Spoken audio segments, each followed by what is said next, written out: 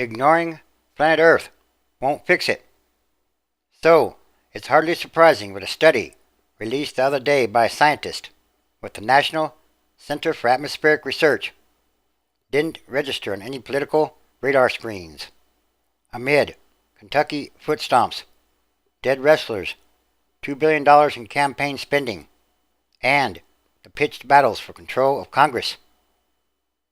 And, political year or not, there's only so much news value in any projection of what might happen in climate science. Still, you don't need a PhD to ponder the potential ramifications of the study by Dr. Dai, who works with the Center's Climate and Global Dynamics Division. It concluded that over the next 30 years or so, warming temperatures associated with climate change were likely to create increasingly dry conditions in the United States and droughts around the globe on levels seldom seen before. Previous studies by the doctor have indicated that climate change may already be producing drier conditions, just like Lake Mead setting record low levels. A 2004 study found that the percentage of the world's land area facing serious drought more than doubled from the 1970s to the early 2000s. The recent study concluded that most of the western two-thirds of the United States will be significantly drier by the 2030s, and that large parts of the nation may face an increasing risk of extreme drought. This is not about melting ice caps. It's about Dust Bowl-style drought within 2 decades, or maybe even less. If the projections in this study come even close to being realized, the consequences for society worldwide will be enormous. As others have noted, 2 words were absent in the New York Senate debate on Sunday: Iraq and Afghanistan. Actually, despite all the noise in politics this year, there are many others. Heard much about the urban poor? And here are 2 others that have fallen off the table: climate change, or whatever have you call it. When Barack Obama won the nomination, he said his election to the presidency would be historic on 2 issues: healthcare and climate change, a point when the rise of the oceans began to slow and our planet began to heal. But 2 years later, you can barely find the phrase climate change on the websites of Democrats running for office. And for Republicans, it has become an item of faith to be a skeptic on the science and a critic of cap-and-trade legislation meant to limit carbon emissions. Despite debate, informed and less so, the scientific consensus has not changed. In May, the National Academies of Science reported to Congress that the United States should act now to reduce greenhouse gas emissions and develop a national strategy to adapt to the inevitable impacts of climate change, because global warming is caused largely by human activities and poses significant risks for, and in many cases is already affecting, a broad range of human and natural systems. But the politics have changed, recast as a Republican wedge issue based around opposition to cap and trade. It's not hard to understand why. It's the economy, as never before. It's a Republican year, and this isn't a Republican issue. Climate change has never been a front-burner issue, and it's the ultimate nightmare to communicate. You don't see carbon in the air the way you see smokestack emissions. It's global, not local. The effects evolve over the long run. We can tune in 50 years from now and find out who was right, at which point it will be too late.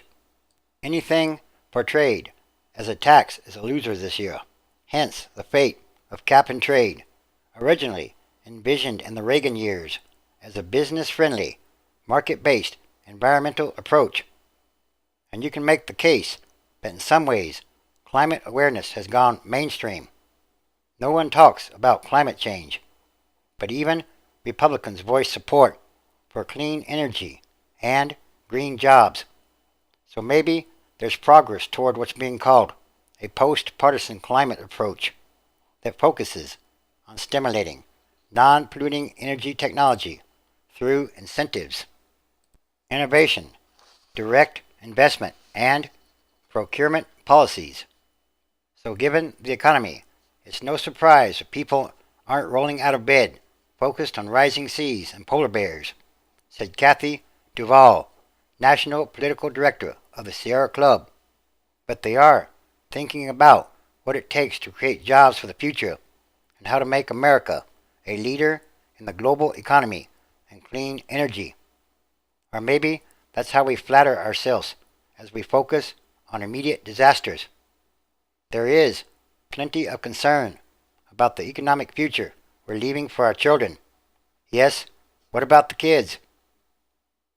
As for urgency about the planet we're leaving them, that can slide until a more convenient time. Or can it slide for a more convenient time? Because it really is about what kind of world are we leaving to the future generations. And that should be, or is, the most important question you could possibly imagine.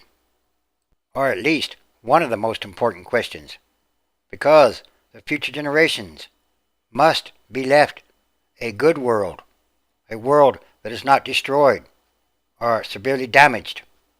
And all these are more signs of the end times, transition days, which is a continuing process. Everything that must change quickly or rapidly, and yes, for the better. Matthew chapter 24, verse 37. But as the days of Noah were, so shall also the coming of the Son of Man be. 38.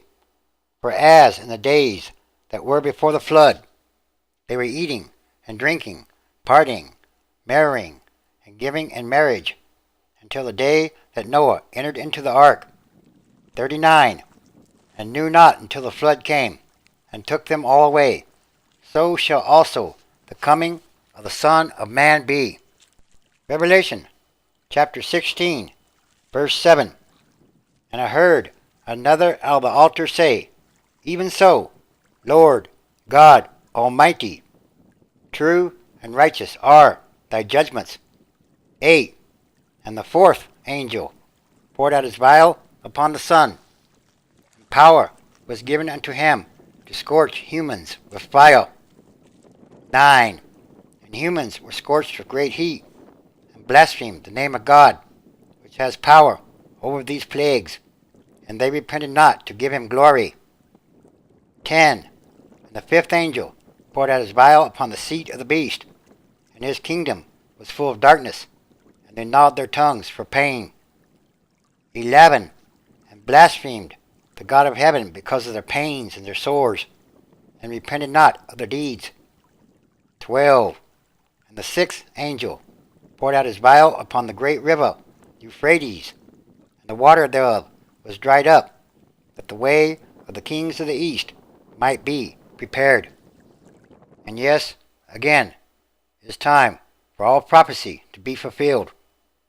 And there are many kinds of signs happening daily all around the world